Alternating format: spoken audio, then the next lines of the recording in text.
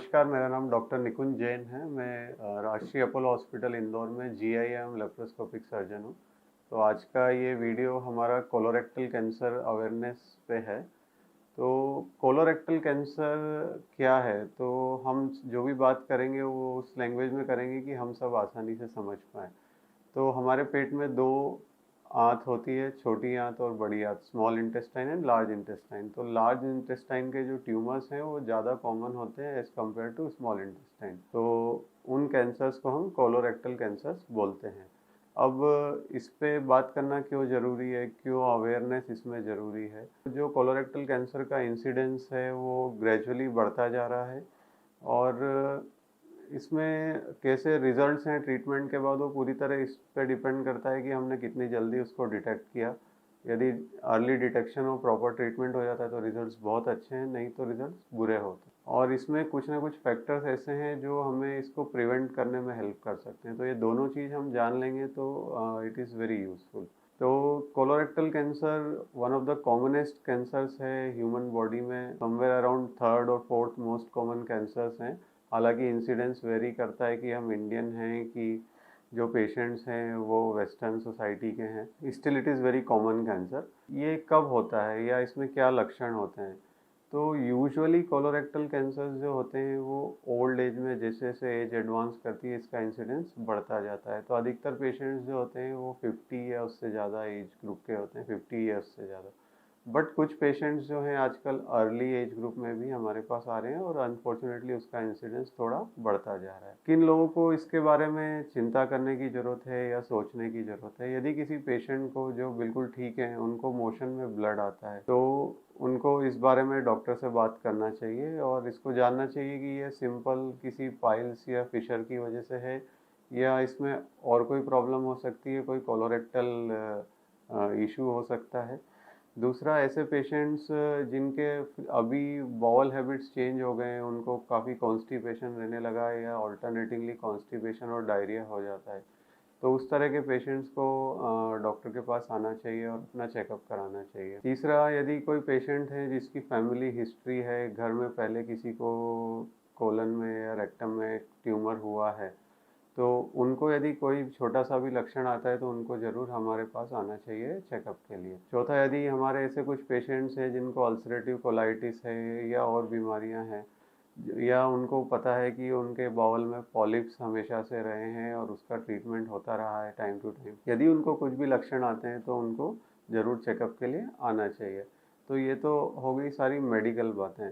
Non medical person को क्या जानना है कि यदि मोशन में, बाउल हैबिट्स में कुछ चेंजेस हैं, साथ में भूख नहीं लगना, तेज़ी से वजन घटना, इस तरह के कोई लक्षण हैं। हालांकि ये लक्षण और नॉर्मल बीमारियों में भी हो सकते हैं, बट यदि ये सब चीज़ें एक साथ हैं तो आपको ज़रूर एक फिजिशियन या सर्जन से मिलना चाहिए और अपना चेकअप कराना चाहिए। अब हमारी डे टू डे लाइफ में क्या चीज़ें हैं जो हम कर सकते हैं। जैसे यदि किसी की एज एडवांस हो रही है तो उसमें वो कुछ नहीं कर सकते। किसी की फैमिली हिस्ट्री है तो वो चेंज नहीं हो सकती है। लेकिन क्या चीज़ें चेंज हो सकती है? चेंज ये हो सकती हैं कि हम वेस्टर्न डाइट ना लेके इंडियन डाइट लें जो कि ज़्यादा हाई इन फाइबर्स हो।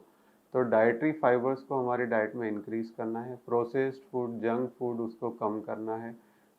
लो कोलेस्ट्रॉल डाइट लेना है, हाई फाइबर डाइट लेना है, और पानी खूब पीना है। ये चीज़ हम इजीली कर सकते हैं और हम सभी को करना है।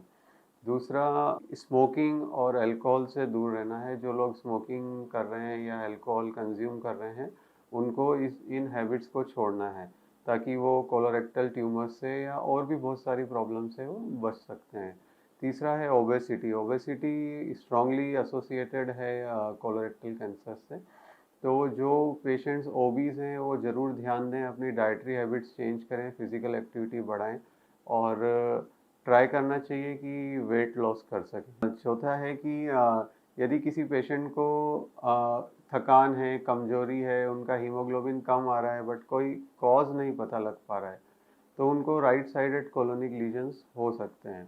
तो ऐसे पेशेंट्स को भी अपना चेकअप कराना चाहिए। अब इसका चेकअप जो है वो क्या बहुत डिफ़िकल्ट है या बहुत आसानी से हो जाता है? बहुत आसान है। एक सिंपल टेस्ट है स्टूल ऑकल्ट ब्लड, जो कि कई चीज़ों में पॉजिटिव आता है, लेकिन वो किया जा सकता है इनिशियली यदि हमें कुछ भी इन्वेजिव नहीं करना है तो। हालांकि वो उतना स्पेसिफिक नहीं है। दूसरा है एक सिग्मोइडोस्कोपी और एक कोलोनोस्कोपी। उसमें क्या होता है, मोशन के रास्ते से हमारी बड़ी आंत की जांच की जाती है। ये दोनों ही टेस्ट ओपीडी बेसिस पे बड़े आसानी से हो जाते हैं। पेशेंट को ऑलमोस्ट कोई डिस्कम्फर्ट नहीं होता है और बिल्कुल भी डरने की बात नहीं है। यदि ऐसे कोई भी लक्षण है और आपके डॉक्टर को लगता है कि सिग्मोइडोस्कोपी कराना चाहिए या कोलोनोस्कोपी कराना चाहिए, यदि डॉक्टर ने सलाह दी है तो फिर उसमें हमें पीछे नहीं हटना है और ज़रूर करा लेना चाहिए। अब सिग्मोइडोस्कोपी और कोलोनोस्कोपी का क्या फ़ायदा है? या तो कोई लीजन है तो वो पता लग जाएगा, उसकी बायोप्सी हो जाएगी और हमें डायग्नोसिस मिल जाएगा। दूसरा, कुछ वेस्टर्न कंट्रीज़ है उसमें एक एज के बाद रेगुलरली सभी की एक डेफिनेट इंटरवल के बाद कोलोनोस्कोपी होती है।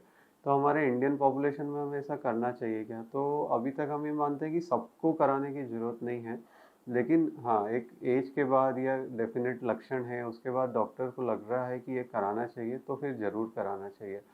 कोलोनोस्कोपी का क्या फ़ायदा है? कोलोरेक्टल कैंसर जब एक ओल्ड एज के बाद आते हैं तो अधिकतर सेटिंग्स में यूजुअली पहले पॉलिप बनता है, उसके बाद पॉलिप मतलब एक छोटी सी गठान जो कि कैंसरस नहीं होती है, फिर उसमें चेंजेस आते हैं और वो over the time 5 to 10 years में कैंसर का रूप ले लेते हैं। तो ये जो 5 to 10 ईयर्स का टाइम है, ये एक अच्छा टाइम पीरियड है। यदि हम पॉलिप को पहले ही डिटेक्ट कर लें, उसको ट्रीट कर दें और पेशेंट को अंडर सर्विलेंस रखें तो हम एक बड़ी प्रॉब्लम होने से पहले ही बच सकते हैं।